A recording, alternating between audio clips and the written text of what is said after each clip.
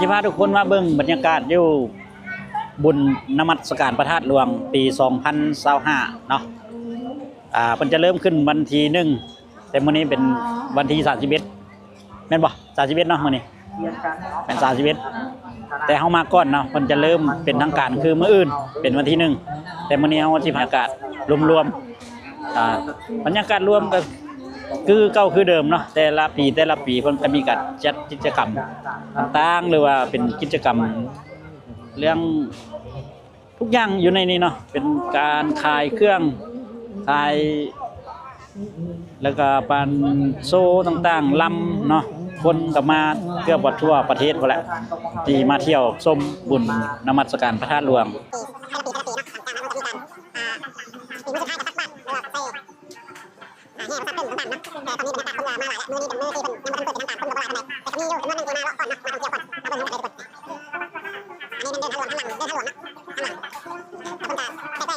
ผู้หนึ่ง10,000 กีบเนาะไปผู้หนึ่งเท่าไหร่ก็10,000เอา2 ปี10 ปีเอาปีไว้เอาปีนะเพิ่น10 ปีอันนี้เราจะมาซื้อปีเข้าในเฮือนนภาเฮือนลาวเอาเงินทอนนะถือไว้เอาเงินทอนกันอันนี้ก่อนจะได้เข้าต้องได้ซื้อปีหน้าผ้าเงินลาวนี่จำนายปีเข้าสม10,000 กีบต่อผู้หนึ่งสำหรับผู้อายุ65 ปีขึ้นไปเด็กน้อยต่ำกว่า8 ปีแม่ข่าวเอาตัวไว้เอาไว้เลยแม่ข่าวสงมันจะเข้าฟรีมีฟรีอยู่หน่อยเนาะฟรีแม่นอยู่ลูกจริงๆอันนี้เพิ่นนึกมาเขาสิเอาปีอันนี้เพิ่นก็ได้ซื้อปีเข้าคือกัน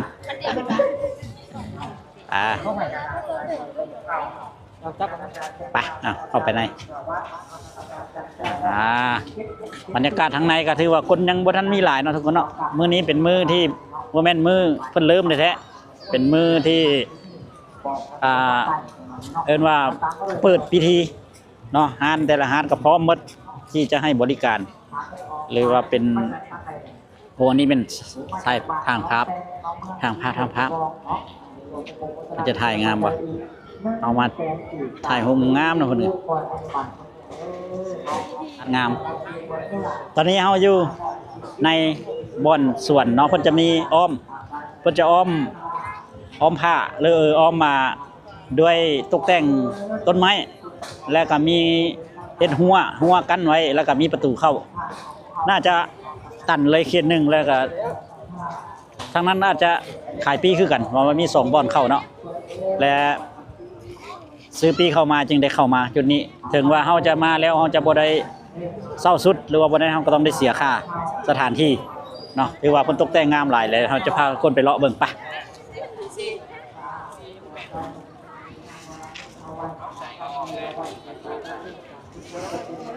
บ่อนนี้บ่อนที่เพิ่นเฮ็ดเป็นโคมเป็นไฟแฟลชเนาะถ่ายรูปแล้วก็ผู้ใดอยากถ่ายเพิ่นก็สามารถถ่ายให้แล้วก็ปริ้นให้แล้วก็เสียค่า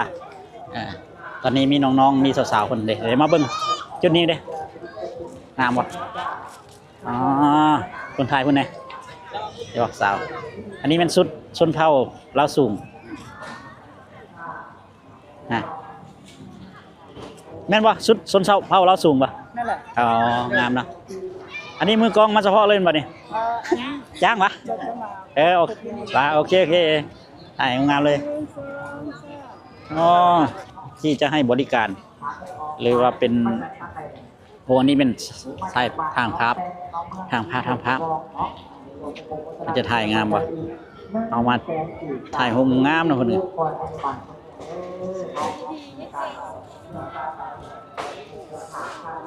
ใส่สุดงามอีหลีถ่ายปะเจ็บท่าถ่ายจากบ้านกันเจ็บอะไร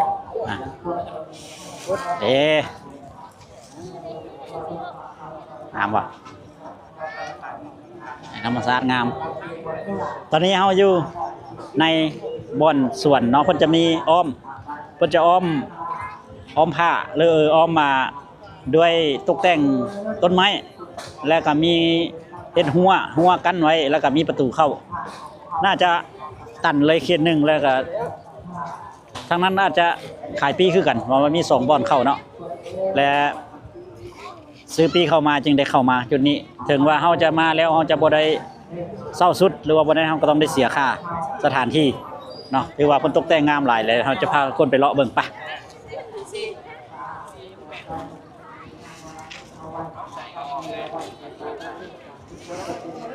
บ่อนนี้บ่อนที่เพิ่นเฮ็ดเป็นโคมเป็นไฟแฟลชเนาะถ่ายรูปแล้วก็ผู้ใดอยากถ่ายเพิ่นก็สามารถถ่ายให้แล้วก็ปริ้นให้แล้วก็เสียค่าตอนนี้มีน้องๆมีสาวๆคนเดี๋ยวมาเบิ่งจุดนี้เด้งามบ่อ๋อคนถ่ายเพิ่นไหนเดี๋ยวบอกสาวอันนี้เป็นชุดชนเผ่าลาวสูงแม่นบ่ชุดชนเผ่าลาวสูงบ่นั่นแหละอ๋องามนะอันนี้มือกองมาเฉพาะเลยบ่นี่จ้างปะโอเคหลังจากที่เฮาไปเบิ่งบ่สถานที่ที่เพิ่นถ่ายรูปถือว่าบ่อนนี้แม่นเบิดเลยเนาะบริเวณนี้เนาะเพิ่นจะให้บริการถ่ายรูปและตกแต่งด้วยไฟโคมไฟเป็นดอกไม้อันนี้ก็สิคล้ายคือดอกดอกจำปาเนาะแม่นบ่ดอกจำปาได้นะเบิ่งดอกจำปา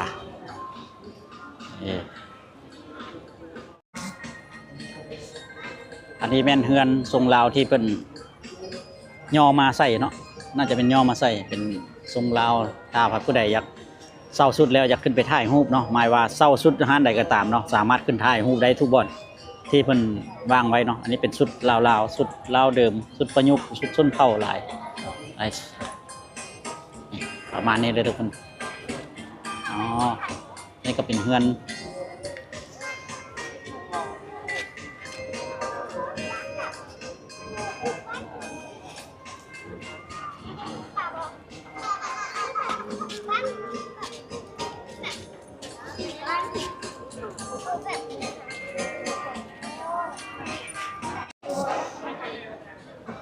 อันนี้ก็เป็นบ่อนหนึ่งที่เพิ่นจัดสถานที่ให้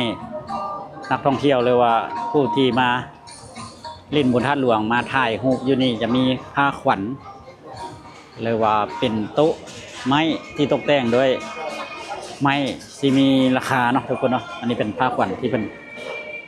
เฮ็ดไว้เพื่อให้ผ้าขวัญใหญ่มันซะคนลาวเป็นฮิตคอง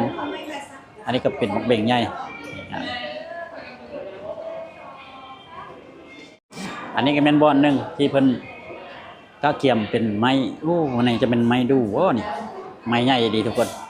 เป็นไม้บักงามวันนี้เฮาสิมาขึ้นเฮือนหลังนี้เนาะเพราะว่าเป็นเฮือนทรงลาว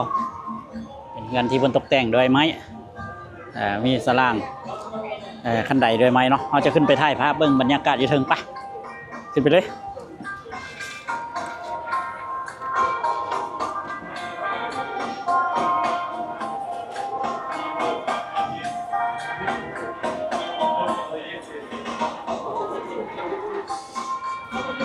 เบิ่งบรรยากาศด้านในอ๋อเป็นพระงามอีกครับอันนี้เป็นพระเงินมั้งพระเงินเป็น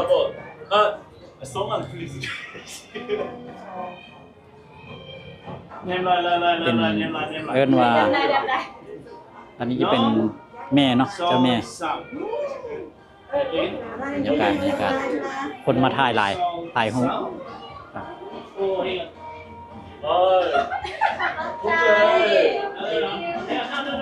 นี่ผ้าเข้าอันนี้เป็นผ้าเข้าทองผ้าเข้าใหญ่ได้เนี่ยผ้าเข้าทองสำริดป่ะเป็นตั้งตั้งเบิ่งได้ยากนั่นก็เป็นโถเนาะเป็นโถดอกไม้หรือว่าเป็นเต้าดอกไม้นะที่เป็นทองสำริดบรรยากาศทางด้านในเบิ่งทุกคนโอ้ หลายคนมาแอบถ่ายมีแต่คนงามพระธาตุหลวง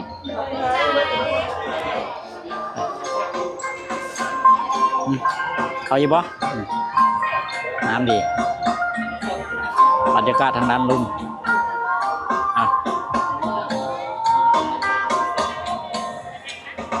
ตอนนี้เขาอยู่เทิงเราจะถ่ายภาพลงไปเนาะคนเก่ายังบ่หนาแน่นปานใดเป็นโบแมนมือแท้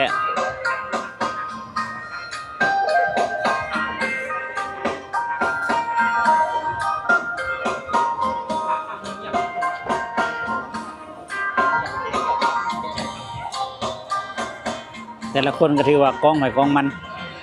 จับกล้องมาถ่ายรูปเนาะเพื่อเป็นที่ระลึกในการ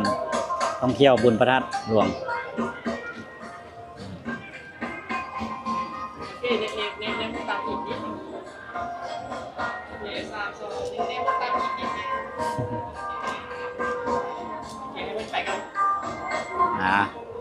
นี่ก็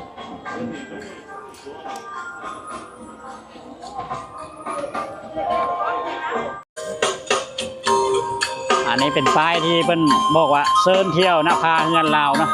พศ